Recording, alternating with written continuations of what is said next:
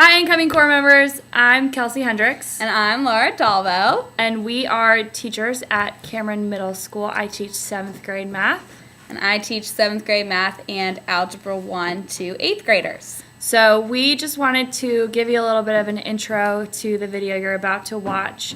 Cameron Middle School is currently just 7th and 8th grade as a middle school. We have kind of a unique situation here. A few years ago, the state came and took Cameron over, and so it is a transition into a charter school. So next year, Cameron will be just 8th grade as a public school, and following that year, Cameron will be turned into Cameron College Prep, which some of you might be working for in the fall. Anything else about it? Yeah, and so just given the situation of our school, it ended up that there's a lot of Teach for America Corps members working here right now, which will be addressed in the video. And just a little bit more background on Cameron. It's a really high immigrant population. Diverse, but it's very characteristic of the Nashville diversity. We have 30% Arabic, 38% Hispanic students at our school, so that's part of why I love working here. It's a really interesting mix of people, and I feel like I've gotten a really new perspective on Nashville and our school system in general. Yeah. The video you're about to watch is a principal interview with our principal and one of the other administrators at Cameron Middle School, our Lipscomb Liaison, and they are going to be talking to you about what to expect in your first year of teaching and also what professionalism looks like with some tips for job interviews. And I wish that I had had the chance to talk with both of these people more before I started my job. They've been an amazing support system for Teach for America Corps members this year, and I really cannot express how much both of them have helped us. And so I hope you enjoy this video, and I hope that you get a lot out of it. And we can't wait to have you in Nashville. Okay, what should incoming Corps members expect in their first year of teaching? I think one of the things that's interesting about TFA is how successful most of you have been throughout your careers. And I think it's maybe you haven't experienced as much failure, I guess, is or at least you've always been successful. And when you don't have success immediately, sometimes that can be frustrating. And so I think you need to be prepared if you've not experienced or had an experience where you didn't have success. You need to be prepared for that, because your first year of teaching is hard, whether you're the best, whether you're the worst, whether you're just plain old average. But your first year of teaching is tough, and I think you need to be prepared for that.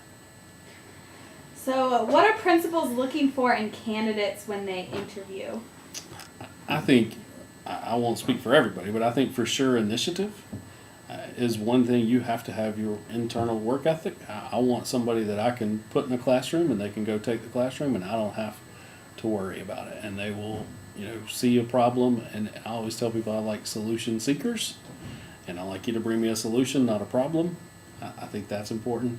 I think you need to care about kids, and you need to have some patience, and you need to have a pretty good understanding of child development and know, depending on what age group you're going to teach, you need to know where they are developmentally, and you need to know that a middle schooler is not where a high schooler is, and understand that child a little bit better, and know that, no 10 minutes are the same with a middle schooler. Okay. What is your definition of professionalism? I think it's about attendance. It's about showing up every day, being on time, coming to all the meetings, getting your, whatever requirements your administrator has of you done, meeting those requirements, fulfilling those requirements, and not taking things personally, knowing it's a job, doing your job the best you can. I think that's what a professional is, somebody that understands they're in a profession, and it is about doing the job, not necessarily about making you happy, making your life easier, but doing the job and meeting the requirements of the job. All right, what are some do's and don'ts for first year Teach for America teachers? Do's and don'ts. I think do not be afraid to lead, even though it's your first year. You've gotten some of the most recent training, some of the most current training. some of your veteran teachers haven't been inside a classroom, haven't gotten some of the professional development, some of the knowledge that you have, and maybe they're new to their school, or maybe they don't have the kind of experiences you have. So don't assume that people know more just because they're more experienced.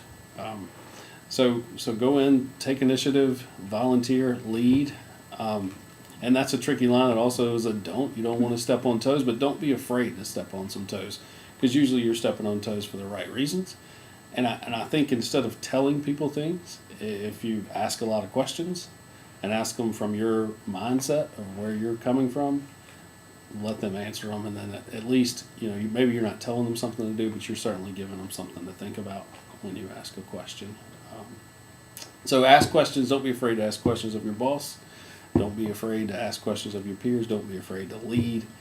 And don't use the word overwhelmed in front of your principal, especially if he's Mr. Hames. What should incoming Corps members be excited about? Incoming Corps members should be excited about the fact that the people before you have had tremendous success. I mean, you're coming into a part of an organization that's been successful, that's very well thought of, that principals like me want to hire. So I think that's one thing. You're a part of something very successful, and you've been identified as some of the best and brightest. You should be excited about that. But as far as teaching, we just got our test results back. So seeing that kid who started below basic, I was just able to show him his first test below basic, his third test proficient. He's in rank order number 1, and seeing his name at the top of the list, being excited about those moments, it's pretty cool. That's certainly something you should be excited about, the difference you have an opportunity to make. Awesome. And why have you chosen to hire so many Teach for America Corps members at Cameron Middle School? Because I think our school is unique. Our school is a situation where if you don't see this as a mission, you shouldn't be here. And I think people who signed up for TFA signed up to participate in that mission. And they've had a track record of success here. I mean, their kids have moved. The data supports that. You all have trackers. You know how to assess kids. You know where they are. You know how important that is. And in our situation, specifically at Cameron, that's something we really need. And also the expectation level, I think, is set pretty high at Teach for America, and I appreciate that. I think it's tough for some people to set high expectations in situations like this.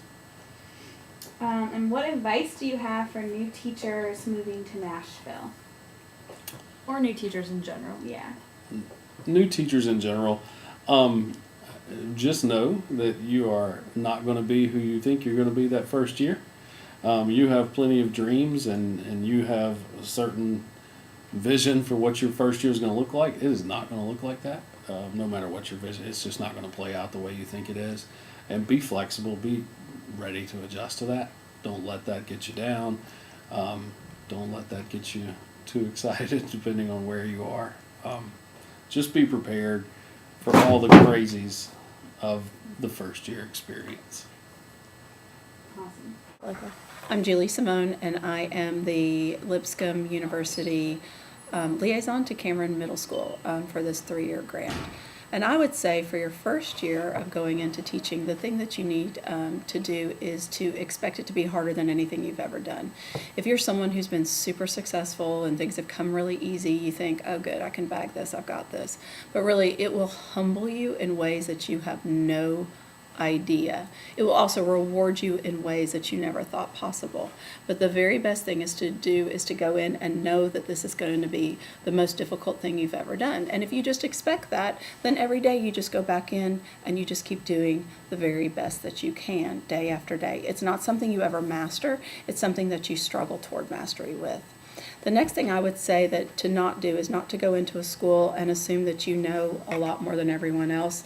There's going to be a lot of stupid things that you see, a lot of frustrating things, a lot of things that could be a lot better. But if you have a lot of judgment around that, you'll distract yourself from your main goal. Your main goal is to have the kids learn the very best they can, achieve, and succeed so they're going to be career and college ready. And if you get too focused on, oh, the administration does this, or oh, they should do this better, it will only distract you and distract your kids and take away your energy from doing what you're there for.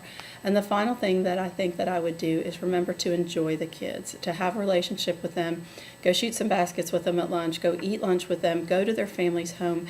And every time that you feel kind of frustrated and why am I here, you need to go back and remind yourself about the people that you're there for by connecting with them and letting the kids reward you by just being who they are.